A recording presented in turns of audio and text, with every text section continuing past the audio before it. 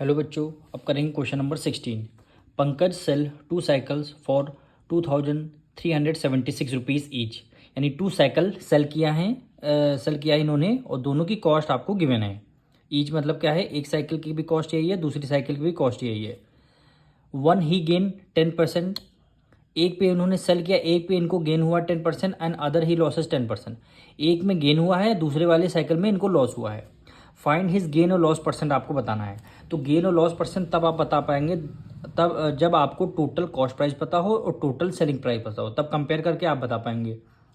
तो इसमें selling price तो गिवन है। सबसे पहले इसके हम क्या निकालेंगे, कॉस्ट प्राइस निकालेंगे।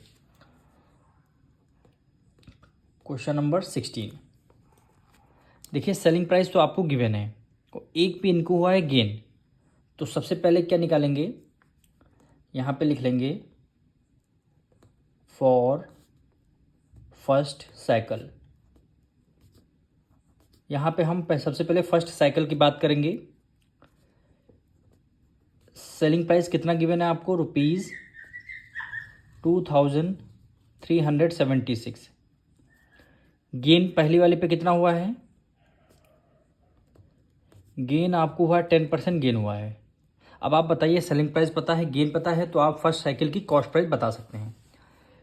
कॉस्ट प्राइस फॉर्मूला क्या होता है गेन के केस में, 100/100 plus gain percentage multiply cost price निकालने तो सेलिंग प्राइस से क्या कर देंगे, मल्टीप्लाई कर देंगे। अब देखिए 100/100 प्लस गेन परसेंट कितना, 10% आपको गेन हुआ है, मल्टीप्लाई सेलिंग प्राइस क्या गिवन है, 2376 ये सेलिंग प्राइस आपको गिवन है। इसको आपको क्या करना, सॉल्व करना है। तो 100 में 10 ऐड कर देंगे, 110 हो गया, मल्टीप्लाई 2376। अब करना है, एक जीरो से एक जीरो आपका कैंसिल हो गया। 11 को 2376 से कर देंगे डिवाइड। तो 11 को यहाँ पे डिवाइड कर लेते हैं। 11 को 2376 से 1 टाइम करेंगे, 11 बन जाए 11, 2 में से 3 में से 1 गया, 2 आ गया, और 11 2 टाइम्स करते हैं ना डायरेक्ट। 11 2 22, 3 में से 2 गया 1 और 2 में से 2 गया 0 आ गया। फिर हमने यहाँ क्या किया, 7 को राइट डाउन कर लिया। 11 1 जा 11 अब आएगा, 11 1 जा 11, 7 में से 1 गया 6 आ गया। फिर हमने क्या किया, 6 को राइट डाउन कर लिया। 11 6 जा 66, रिमाइंडर 0 आ गया, क्या वैल्यू 216। तो 11 1 जा 11, और 11 से कितने बार डिविजल हो रहा है, 216। अब क्या आ जाएगी, 216 और 10 इसका, यानी आपकी कॉस्ट प्राइस पता लग गई।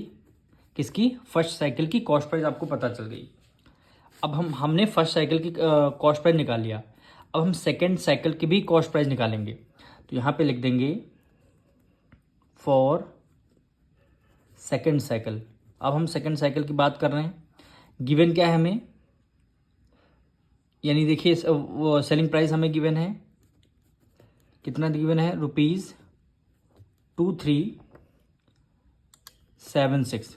और सेकेंड साइकिल पे आपको क्या हुआ, लॉस हुआ है 10% का। तो क्या हुआ, आपको लॉस हुआ है कितना, 10% का आपको लॉस हुआ है। तो सेलिंग प्राइस पता है, लॉस पता है, आपको कॉस्ट प्राइस निकालेंगे। कॉस्ट प्राइस फॉर्मूला क्या क्या रहता है लॉस के केस में, यानी 100/100 minus loss percentage cost price निकालने तो सेलिंग प्राइस से क्या कर देंगे, मल्टीप्लाई कर देंगे। अब इसमें क्या करनी है, वैल्यू हमें पुट करनी है। तो यहाँ पे लिखेंगे 100 divided by 100 multiply loss percentage कितना है, 10% आपको लॉस हुआ है। सेलिंग प्राइस कितना गिवन है, 2376। अब इसको आपको सॉल्व करना है। तो 100 आएगा आपका न्यूमरेटर में, 100 में से 10 माइनस करें कितना आ जाएगा, 90 मल्टीप्लाई 2376 कितना हो जाएगा, 2376। 10 से 10 आपका कैंसिल हो जाएगा। आप क्या करेंगे, 9 को 2376 से डिवाइड कर देंगे। तो हम यहाँ पे डिवाइड कर लेते हैं 9 को 2376 से। 2376 से हम यहाँ डिवाइड करेंगे, कितने टाइम्स करेंगे, 9 2 जा 18, 2 टाइम्स करते हैं। 13 हुआ, 13 में से 5 गया, 13 में से 8 गया, 5 आ गया। 1 में से 1 गया, 0 आ गया। फिर हमने क्या किया, 7 को राइट डाउन कर लिया, 9 5 45, 9 6 यानी 54, कितना होता है 54, 7 में से 4 जाएगा 3 आ जाएगा, फिर हमने 6 को राइट डाउन कर लिया, 9 4 36, 9 4 30, रिमाइंडर 0 आ गया, क्या वैल्यू 264, तो 9 1 9 कितने टाइम जा रहा है 264, कितने टाइम जा रहा है 264। अब 264 की मल्टीप्लाई 10 से करेंगे, ₹264 और एक जीरो आ जाएगा। ये हमारी सेकंड क्या आ जाएगी, कॉस्ट प्राइस आ जाएगी सेकंड साइकिल की। अब आप देखिए, आपको सेलिंग प्राइस पता है साइकिल की और दोनों कॉस्ट प्राइस पता लगी, ये कॉस्ट प्राइस आपकी आई है, एक ये कॉस्ट प्राइस आई है, तो हम क्या करेंगे, टोटल सेलिंग प्राइस निकालेंगे, टोटल कॉस्ट प्राइस निकालेंगे। अब यहाँ पे लिख रहे हैं total cost price. Cost price हमारी एक ये आई है 2160 प्लस एक ये हमारी ये आई है 2640।